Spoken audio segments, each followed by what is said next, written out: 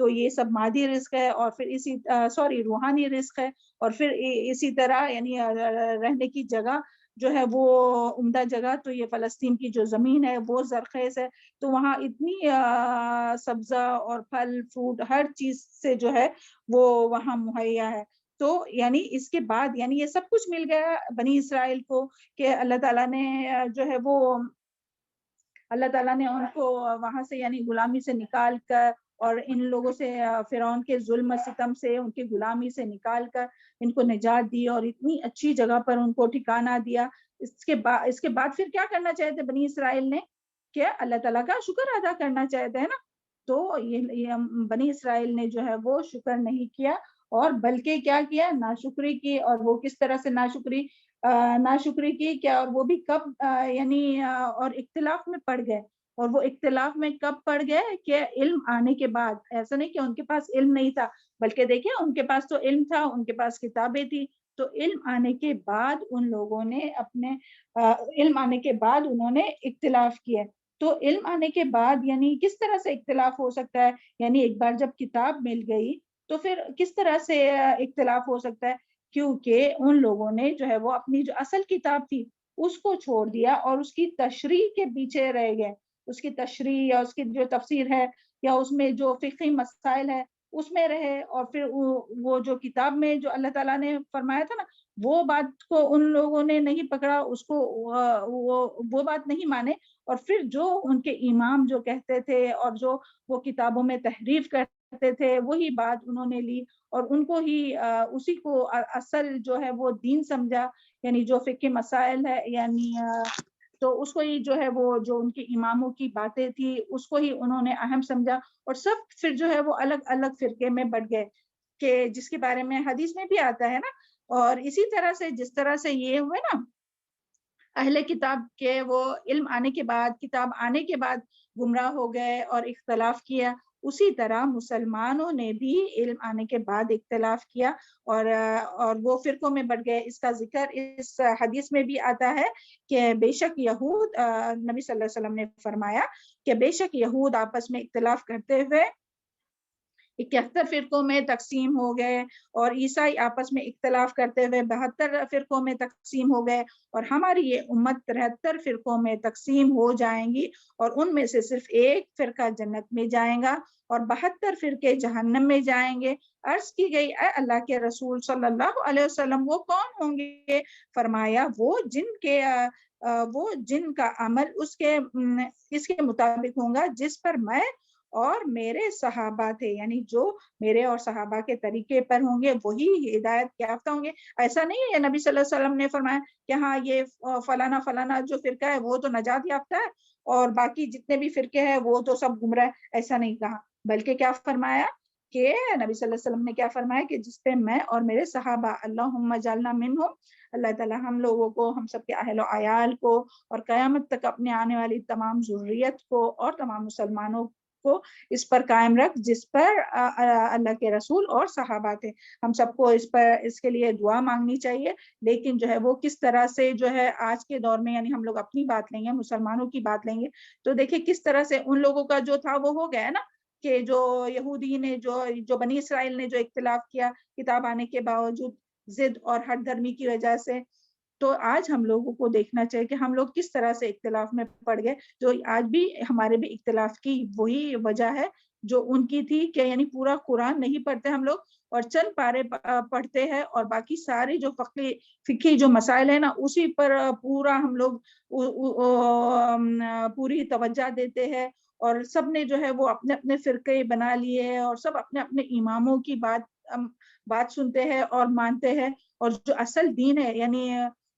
جو پکڑنے کی چیز ہے، وَاعْتَصِمُوا بِحَبْلِ اللَّهِ جَمِيعًا، اللہ تعالیٰ نے کیا فرمایا کہ سب کے سب مل کر اللہ تعالیٰ کی رسی کو مضبوط تھامو۔ تو وہ رسی کیا ہے؟ اللہ تعالیٰ کی جو رسی ہے وہ کیا ہے حدیث کے مطابق؟ جلدی سے بتائیے۔ قرآن مجید اور نبی صلی اللہ علیہ وسلم کی سنت۔ جی، تو حدیث اور سنت کو جو ہے وہ قرآن مجید اور نبی صلی اللہ علیہ وسلم کی سنت کو تو چھوڑ دیا اور باقی تمام چیزیں لیے ہوئے، تو اس لیے جو ہے وہ اتنا مسلمانوں میں آج اختلاف ہو رہا ہے، اور جہاں دین کی علم سیکھا بھی اور سکھایا بھی جا رہا ہے نا، تو وہاں بھی جو ہے وہ پورا قرآن نہیں پڑھایا جاتا ہے، بلکہ چند جو ہے وہ صورتیں پڑھائی جاتی ہے، اور یا تو بعض دفعہ صرف حفظ کو ہی اس کا اہم سمجھتے ہیں کہ صرف حفظ کرنا ہی اہم ہے، اور باقی جو پورا کے پورا قرآن جو کہ ہدایت کے لیے آیا ہے تو وہ جو ہے اس کو سمجھ کر پڑھنا چھوڑ دیا ہے، اور اس کی فقہی مسائل جو ہے اسی کو سمجھا اور سمجھایا جا رہا ہے جہاں علم کی تعلیمات دی جا رہی ہے۔ تو اس وجہ سے جو ہے وہ آج مسلمانوں میں بھی یعنی اصل کو چھوڑ کر جو ہے وہ تشریح کے پیچھے پڑ گئے، تو اس کے لیے زیادہ اختلاف ہوا۔ تو اللہ تعالیٰ سے دعا ہے کہ اللہ تعالیٰ جو ہے اس اختلاف کو ختم کرے، اور اللہ تعالیٰ ہم سب کی رہنمائی کرے کہ ہم سب جو ہے تمام مسلمان جو ہے وہ آج اتنے حالات خراب ہوتے جا رہے ہیں مسلمانوں میں، دنیا میں ہر جگہ، لیکن اس کے باوجود بھی ہے کہ کوئی مسلمان کے اکٹھا ہونے کے لیے تیار نہیں ہے، اور بلکہ یہ بھی ہوتا ہے کہ بعض دفعہ کوئی مسلک والے ایک مسجد میں جاتے ہیں تو دوسری مسجد میں نہیں جاتے، یعنی ہر کسی نے اپنے آپ کو جو ہے وہ ہدایت یافتہ سمجھو، اور دوسرے کو چلے اپنے آپ کو ہدایت سمجھا مگر دوسرے کو تو گمراہ نہیں سمجھا، مگر دوسرے کو گمراہ سمجھا، اور اس طرح سے یہ جو دوری، حالانکہ قرآن میں کہیں بھی نہیں ہے کہ یعنی قرآن تو ہے بات کرتا ہے کہ اتفاق کی، اتحاد کی بات کرتا ہے، ملنے کی بات کرتا ہے، اور ہم لوگ پیچھے بھی پڑھ چکے نا، سارے انبیاء جو دین لے کے آئے تھے وہ کیا تھا؟ مسلمان یاد ہے آپ لوگوں کو وہ ساری جو بتائے تھے ہم نے نشانیاں؟ اگر کویشچن آنسر آپ لوگوں نے سنے ہوں گے تو یاد ہوگا، اور ابھی اپنی لاسٹ ٹائم ہوئی بھی تھی نا اس پہ تفسیر۔ یوسف علیہ السلام نے کیا فرمایا تھا، ابراہیم علیہ السلام نے کیا فرمایا تھا کہ ہم مسلم ہیں، اور نبی صلی اللہ علیہ وسلم نے کیا فرمایا تھا، تمام انبیاء نے کیا فرمایا تھا، مسلم ہے، کسی نے بھی کچھ الگ نہیں کہا تھا۔ اور آج جو ہے وہ ہم لوگ اپنا مسلم ہونا جو ہے وہ پیچھے چھوڑتے ہیں اور دوسری چیزوں کو لیتے ہیں، کہ اس کے بارے میں بھی کچھ علامہ اقبال کا یہ تھا، شور ہے ہو گئے دنیا میں مسلمان نابود، ہم یہ کہتے ہیں کہ تھے بھی کہیں مسلمان موجود، کیا تھا اور بھی کچھ تھا اس میں کہ تم یہ ہو اور وہ، یوں تو تم سید بھی ہو، مرزا بھی ہو، افغان بھی ہو، تم سبھی کچھ ہو، بتاؤ تو مسلمان بھی ہو، یعنی سب نے اپنا اپنا نام رکھا ہے، ہاں، اور مگر کوئی یعنی وہ انہوں نے کہا کتنی صحیح بات نا کہ تو مسلمان بھی ہے کہ نہیں، کہ ہم لوگ کو وہی بس یاد رہ گیا کہ ہاں کون سے فرقے سے ہے یا کون سے اس سے ہے۔ تو اللہ کرے کہ اللہ ہم سب کی صحیح رہنمائی فرمائے، اور اللہ تعالیٰ نے یہاں فرمایا کہ قیامت کے دن ہی سب کا جو ہے وہ اختلاف کا جو ہے وہ فیصلہ ہوگا۔ تو آگے کی آیت ہم لوگ بس یہاں تک رکھتے ہیں پھر آج، ہاں انشاءاللہ، کیونکہ جو بات کرنی ہے وہ بس 5 منٹ ابھی باقی ہے نا، چلے الحمدللہ یہاں تک اپنی تفسیر ہو گئی ہے الحمدللہ، آیت نمبر 93 تک، ہاں آگے کی پھر انشاءاللہ نیکسٹ اس میں دیکھیں گے۔ اعوذ باللہ من الشیطان، سبحان ربک رب العزۃ عما یصفون وسلام علی المرسلین والحمد للہ رب العالمین، ربنا تقبل منا انک انت السمیع العلیم وتب علینا انک انت التواب الرحیم۔ السلام علیکم ورحمۃ اللہ وبرکاتہ۔